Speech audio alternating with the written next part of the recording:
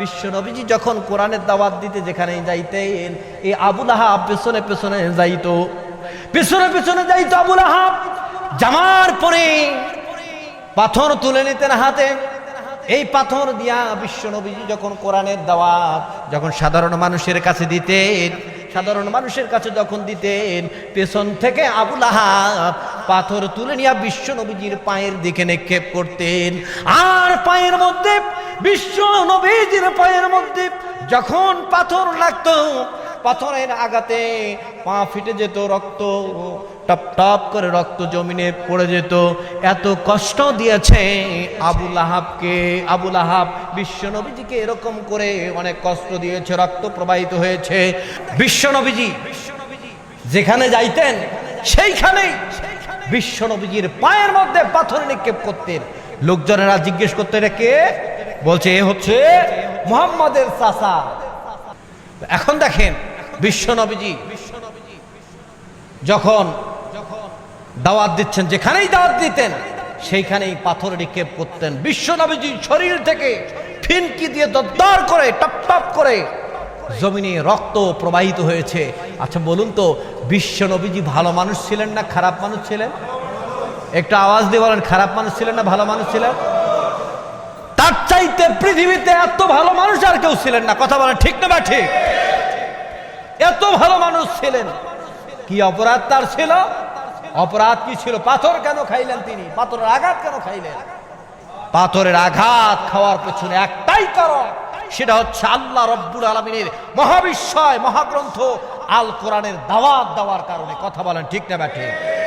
বর্তমান সময়েও আপনি যদি কোরআনের হক কথা বলেন, কোরআনুল কারীমের যা আল্লাহ তাআলা নাজিল করেছেন এই কথাগুলো যদি আপনি বলেন, যদি দাওয়াত দিতে গিয়ে বাধা প্রাপ্ত হন, তাহলে বুঝবেন আপনার দাওয়াতটা হচ্ছে সঠিক। কথা বলেন ঠিক না বা ঠিক?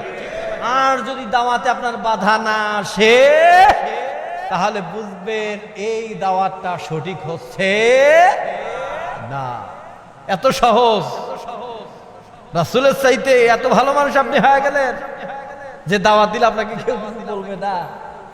শোনেন, কোরআনের কথা স্পষ্ট ভাষায় বলতে গেলে আপনার ইমামতি চলে যেতে পারে।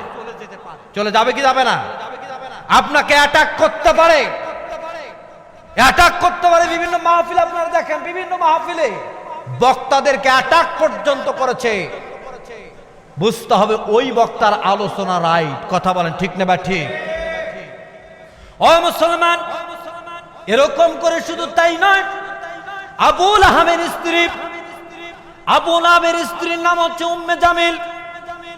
বিশ্ব নবীজির পাশেই কিন্তু, বিশ্ব নবীজির বাড়ির পাশেই কিন্তু তার বাড়ি ছিল, আবু লাহাবের বাড়ি ছিল।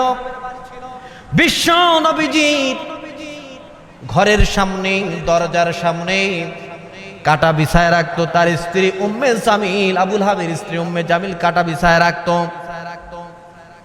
বিশ্ব নবীজি ঘর থেকে বের হয়ে যখন কাটা যুক্ত, যখন কাটার মধ্যে পা রাখতেন, কাটা পায়ের মধ্যে হেনে যেত। আর এদিকে উম্মে জামিল খুব খুশি হয়ে যেত। নাউজুবিল্লাহ বলবেন না? এত খুশি হয়ে যেত, উম্মে জামিল খুব খুশি হয়ে যেত। শুধু কি তাই, বিশ্ব নবীজি যখন নামাজে দাঁড়িয়ে যেতেন, দাঁড়িয়ে যাবার পরে বিশ্ব নবীজির গলার মধ্যে বিভিন্ন পশুর নাড়ি ভুঁড়িগুলো গলার মধ্যে দিয়ে দিতেন। নাউজুবিল্লাহ বলবেন না? এত নির্যাতন করেছে, এত নিপীড়ন করেছে। নির্যাতন নিপীড়ন করার পরে শুধু ক্ষান্ত হন নাই, যখন এই সূরা লাহাব নাজিল হয়েছে, নাজিল হওয়ার পরে আবু লাহাব তার দুইটা সন্তান উতবা এবং উতাইবা, সন্তান মূলত তিনটা তাফসীরের মধ্যে এসেছে। উতবা এবং উতাইবা বিশ্ব নবীজির দুইটা মেয়েকে বিবাহ করেছিল।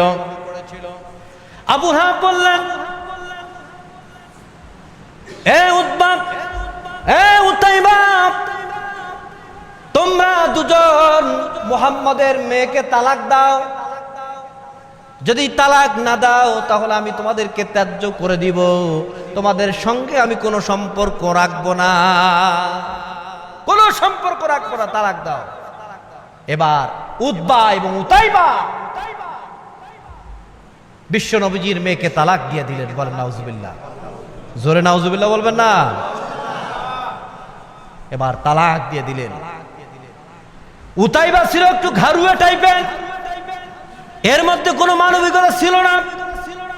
এই উতাইবা তালাক দেওয়ার পরে বিশ্ব নবীজির বাড়ির কাছে গিয়া বিশ্ব নবীজির বাড়ির দরজার কড়া নাড়লেন।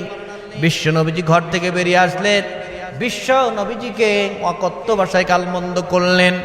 গালমন্দ করার পরে উতাইবা থুথু নিক্ষেপ করলেন। নাউজুবিল্লাহ বলবেন না। যখন থুতু নিক্ষেপ করলেন, থুতু নিক্ষেপ করার পরে বিশ্ব নবীজির চেহারায় কিন্তু লাগে নাই সেই থুতু। আল্লাহ রাব্বুল আলামিনের দরবারে বিশ্ব নবীজি দোয়া করলেন, বদদোয়া করলেন, রব্বুল আলামিন আয় আল্লাহ, এই উতাইবাকে তুমি হিংস্র জন্তু দিয়া দুনিয়া থেকে চিরবিদায় করে দাও। যখন এই বদদোয়া করলেন, উতাইবা সেখানে আর থাকলেন না, সরাসরি তার বাবার কাছে চলে আসলেন, আবু লাহাবের কাছে চলে আসলেন। বলুন তো আলেমদের বদদোয়া লাগে কি লাগে না? বলেন লাগে কি লাগে না? মাজলুম যদি বদদোয়া করে তার উপর আপনারা জুলুম নির্যাতন করবেন, এখান থেকে শিক্ষা গ্রহণ করেন। যারা আলেমদের উপরে নির্যাতন করো, যারা নবীদের ওয়ারিসদের উপরে নির্যাতন নিপীড়ন করো, শুনে রাখো, জেনে রাখো তোমাদের পরিণতি কি হতে পারে। আল্লাহ রাব্বুল আলামিন সুন্দরভাবে এই সূরার ভিতরে আল্লাহ রাব্বুল আলামিন লিপিবদ্ধ করে দিয়েছেন। বলেন আল্লাহু আকবার, আরো জোরে বলেন আল্লাহু আকবার।